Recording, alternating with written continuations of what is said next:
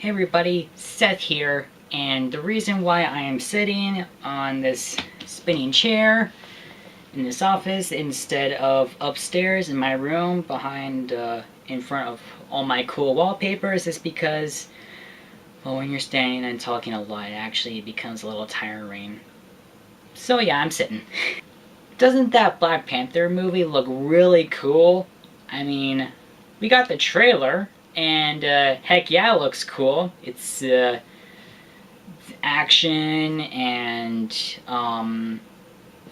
all that really good color palette on it, and I'm super stoked for that movie, to be honest. It looks phenomenal.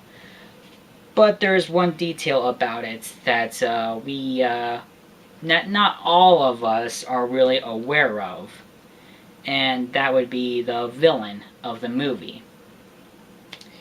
So, Black Panther is undoubtedly the coolest and sadly the most underrated superhero in the Marvel Universe. But that will change thanks to the movie next year. But from what we've seen, it looks like Claw, that guy from Age of Ultron who got his arm sliced off, will be coming back. Andy Serkis will be reprising that short role, and which is actually a pretty good thing because he's actually one of the many villains in BP's Rogues Gallery. But there is one villain in the movie that we're not completely aware of, and that is whoever the actor Michael B. Jordan is playing. You know, that one guy who is in that one movie in 2015 that really sucked. So, yeah. And, well, that guy is Michael B. Jordan in Black Panther. That guy's name is Erik Killmonger, and I'm going to tell you everything you need to know about him. So Erik Killmonger first appeared not in Black Panther, but in Jungle Action Volume 2, Number 6 in 1973, featuring Black Panther. As the trailer suggests, he is hell-bent on taking over Wakanda and will do whatever it takes to make that happen. He was a Wakandan native born under the name N'Jadaka. When N'Jadaka was young, Ulysses Claw and his mercenaries invaded Wakanda with the intention of stealing vibranium, the metal that Captain America's shield is made of, which is also pretty much the lifeblood of Wakanda. Claw was defeated, but N'Jadaka's father was killed in the conflict. The rest of his family was exiled from Wakanda by T'Challa. While in exile, N'Jadaka developed a burning hatred for Claw and T'Challa and has dedicated his life to his goal of returning to Wakanda and getting his revenge. Eventually changing his name to Erik Killmonger, he became educated in the United States, got built, found himself a pet leopard named Prey, too wise, and returned to Wakanda. While T'Challa was off with the Avengers, Killmonger staged a coup and overthrew T'Challa's government. He would then ravage multiple villages to get Panther's attention. What will come next is a story spanning almost 10 issues of jungle action called Panther's Rage. When T'Challa came back as the Black Panther, Killmonger tired him out by having Prey attack him. Panther was able to break Prey's jaw, but he was too fatigued to beat Killmonger. So almost effortlessly, Erik beat him down and threw T'Challa over a waterfall. He luckily survived, and for the next 9 or 10 issues, he would fight off Killmonger's men in a desperate effort to reclaim his kingdom. Eventually, he made his way to Killmonger, where Panther seemingly killed him. Killmonger would later return thanks to the Mandarin reviving him, and he would go on to fight his nemesis many more times. As you can tell, Erik Killmonger is a tough dude, but why is it so hard for BB to beat him?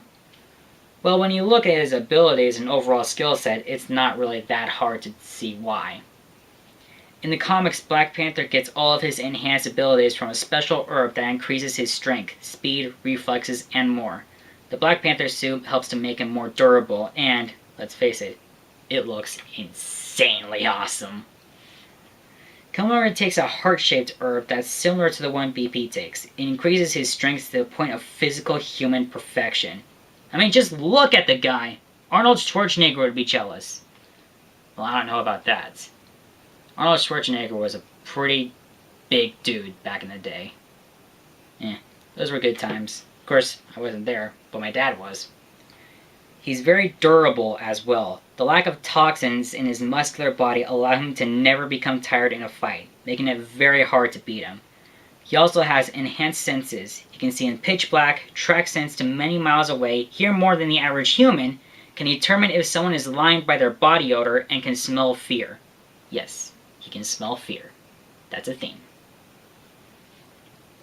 He also has genius-level intellect. He earned a PhD in engineering while in America and an MBA from MIT, whatever that is. When needed, he can invent devices with special properties. One time when him and BP fought against each other in a competition of leadership, in which he won, his armor contained 2 saw blades in his right hand that he used to weaken BP's armor. His advanced engineering abilities allow him to create devices and weapons that give him the upper hand in a fight, and he's trained in MMA combat styles, which make him a match against Black Panther. Not to mention he's a revolutionary leader. His charisma, mastery of politics, and economics and tactical planning make him a tough nut to crack, and is followed by most Wakandans because of these attributes. Erik Killmonger is definitely a force to be reckoned with. And when it comes to physical abilities, leadership skills, and intellect, when it comes to those things. But will all of these attributes apply to him in the Black Panther movie? Evidence points to no, not really, but it looks like the revolutionary attribute of him is sticking there. We don't know enough to know if he's exactly like his comic book counterpart, but it looks like he has the same level of intimidation. And Marvel seems to be looking to make him a dark mirror version of BP by turning him into the Gold Panther, which I kinda like. Think of it as Bizarro and Superman. Bizarro is like the dark Superman, and Superman is Superman. I'll apply that to Black Panther. The Gold Panther isn't really a character in the comics. The only signs of gold on any Panther suit is when T'Challa will sometimes have gold on his suit. Not much is known to definitively say that Michael B. Jordan's adaptation of the character is exactly like Killmonger from the comics. But from what we see in the trailers, we can assume that he is still tough as nails and would do whatever it takes to become the next king of Wakanda. And there you have it. If this video was shorter than usual, then, hey, what are you gonna do? That was all I could dig up from the internet. And you know that despite the amount of information the internet has, sometimes it can be hard to find. But, other than that, I do hope you enjoyed this video, and I do hope that you found it informative and that you do know more about the villain of the upcoming Black Panther movie. And speaking of which, are you excited for the next Black Panther movie? The next installment in the Marvel Cinematic Universe, right after Thor Ragnarok, which was indefinitely really good. But yeah, are you stoked for Black Panther? Let me know in the comments below, and if you found this informative and enjoyed it, then please leave a like in the comment. So, like I said, if you enjoyed this, like, subscribe, comment down below if you're hyped for the Black Panther movie, and I will see all you nerds next time.